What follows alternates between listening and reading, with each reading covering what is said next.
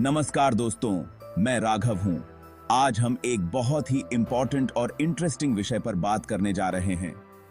क्या 2030 में कोई एस्टेरॉयड पृथ्वी को नष्ट कर देगा? नमस्कार, मेरा नाम प्रिया है। यह एक ऐसा टॉपिक है जिसने कई लोगों के मन में चिंता पैदा कर दी है। तो आइए सबसे पहले समझते हैं कि एस्टेरॉयड्स क्या होते हैं और ये पृथ्वी के लिए कैसे खतरा बन सकते हैं। एस्टेरॉयड्स छोटे चट्टानी पिंड होते हैं जो सूर्य की परिक्रमा करते हैं। ये मेनली मंगल और बृहस्पति के बीच की एस्टेरॉयड बेल्ट में पाए जाते हैं, लेकिन कभी-कभी ये अपनी कक्षा से भटककर पृथ्वी की ओर भी आ सकते हैं। सही कहा आपने राघव। 2038 के बारे में जो अफवाहें फैल रही हैं, वह 2007 में खोजे गए एस्टेरॉयड 2007 TU24 पर आधारित हैं। शुरू में यह अनुमान लगाया गया था कि यह एस्टेरॉयड पृथ्वी के काफी करीब से गुजरेगा, जिससे खतरे की संभावना जताई गई थी।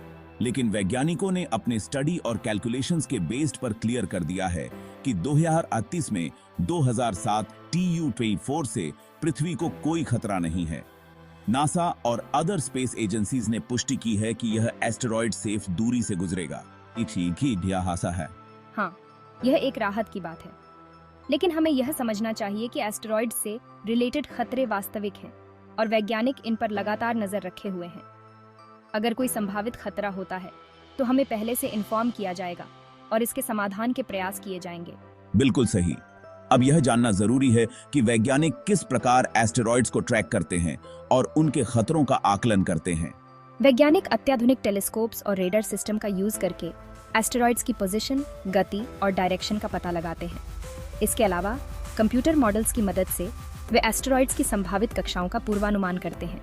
और अगर किसी एस्टेरॉयड के पृथ्वी से टकराने की संभावना होती है तो वैज्ञानिक इसे डिफ्लेक्ट करने के उपाय भी खोज रहे हैं।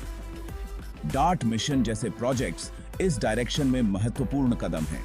हाँ, डार्ट मिशन का उद्देश्य एक छोटे एस्टेरॉयड को टक्कर मारकर उसकी कक्षा को बदलना है, ताकि हम यह समझ सकें कि हम बड़े एस्टेरॉयड से कैसे निपट सकते हैं। यह टेक्निकल विकास हमें फ्यूचर में एस्टेरॉयड से बचाने में हेल्प कर सकता है।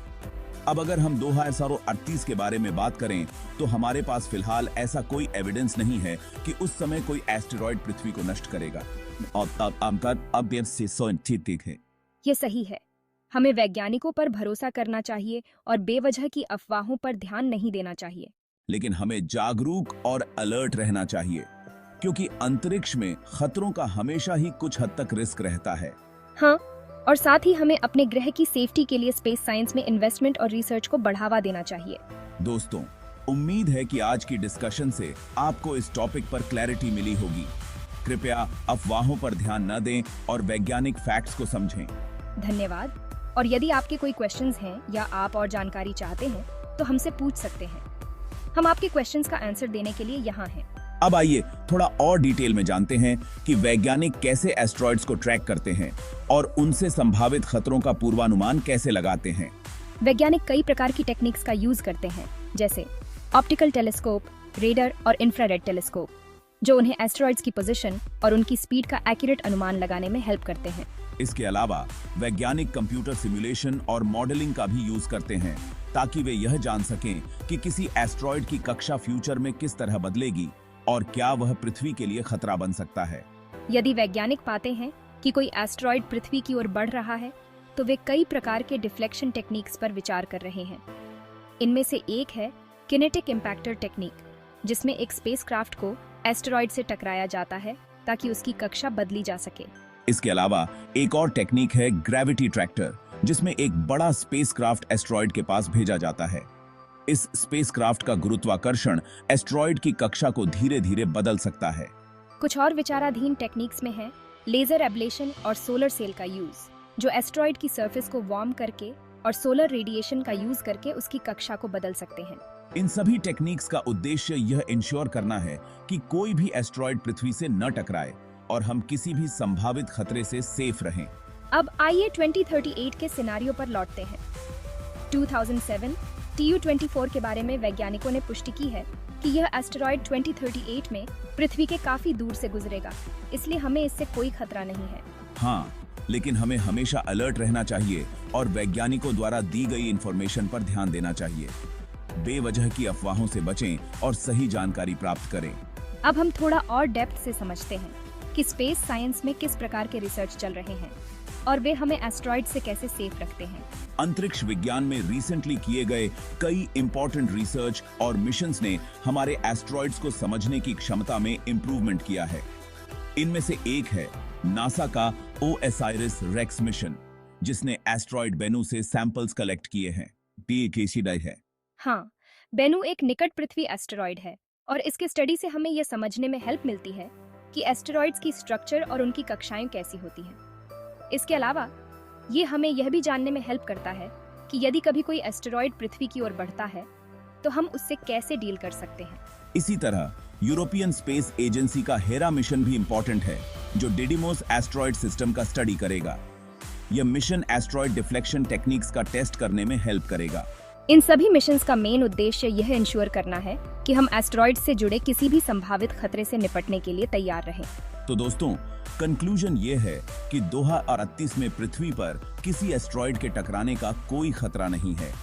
वैज्ञानिकों ने इस बारे में क्लियरली कहा है और हमें उनकी जानकारी पर भरोसा करना चाहिए। हाँ, हमें विज्ञान और वैज्ञानिक रिसर्च पर विश्वास रखना चाहिए। और याद रखें, यदि किसी भी प्रकार की नई जानकारी आती है तो वैज्ञानिक हमें इन्फॉर्म करेंगे और उचित कदम उठाएंगे। हमें अफवाहों पर ध्यान देने की बजाय वैज्ञानिक फैक्ट्स को समझना चाहिए और अवेयर रहना चाहिए। इसी में हमारी भलाई है। धन्यवाद दोस्तों, उम्मीद है कि आज की डिस्कशन से आपको इस टॉपिक पर क्लैरिटी मिली होगी।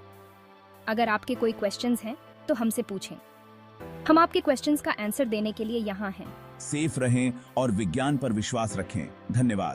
धन्यवाद और मिलते हैं अगले डिस्कशन में एक नए टॉपिक के साथ।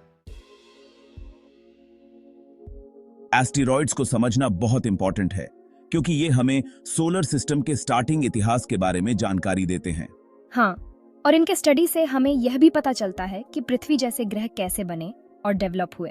एस्टेरॉइड्स मेनली चट्टान और धातु से बने होते हैं और इनमें पानी और ऑर्गेनिक पदार्थ भी हो सकते हैं। इनके साइज में बहुत वैरायटी होती है, कुछ छोटे होते हैं तो कुछ बड़े, जो कई किलोमीटर तक फैल सकते हैं। और जब ये पृथ्वी की ओर बढ़ते हैं तो इनका स्टडी और ट्रैकिंग करना बहुत जरूरी हो जाता है, ताकि हम संभावित खतरों से सेफ रह सकें। वैज्ञानिक इनका स्टडी करके यह भी समझने की कोशिश करते हैं कि ये किस प्रकार की मटेरियल से बने हैं और इनकी सरफेस कैसी होती है। यह जानकारी हमें फ्यूचर में एस्टेरॉइड से निपटने के लिए तैयार रहने में हेल्प करती है। और यही कारण है कि एस्टेरॉइड्स के स्टडी पर इतना जोर दिया जा रहा है। 2038 के बारे में जो चिंता व्यक्त की जा रही है वह 2007 TU-24 एस्टेरॉइड के कारण है। यह एस्टेरॉइड 2007 में खोजा गया था और तब यह अनुमान लगाया गया था कि यह 2038 में पृथ्वी के करीब से गुजरेगा।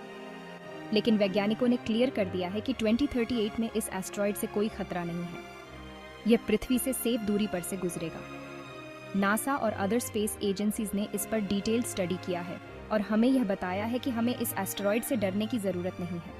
हालांकि हमें हमेशा अलर्ट रहना चाहिए और वैज्ञानिकों की जानकारी पर भरोसा करना चाहिए। वैज्ञानिकों ने क्लियर कर दिया है कि 2038 में किसी एस्टेरॉइड से पृथ्वी को कोई खतरा नहीं है। हमें वैज्ञानिकों पर भरोसा करना चाहिए और बेवजह की अफवाहों पर ध्यान नहीं देना चाहिए। अंतरिक्ष विज्ञान में किए जा रहे रिसर्च और मिशंस हमें सेफ रखने के लिए हैं। हमें अवेयर और अलर्ट रहना चाहिए, लेकिन डरने की बजाय वैज्ञानिक फैक्ट्स को समझना चाहिए। धन्यवाद दोस्तों, और सेफ रहें। विज्ञान पर विश्वास रखें। धन्यवाद।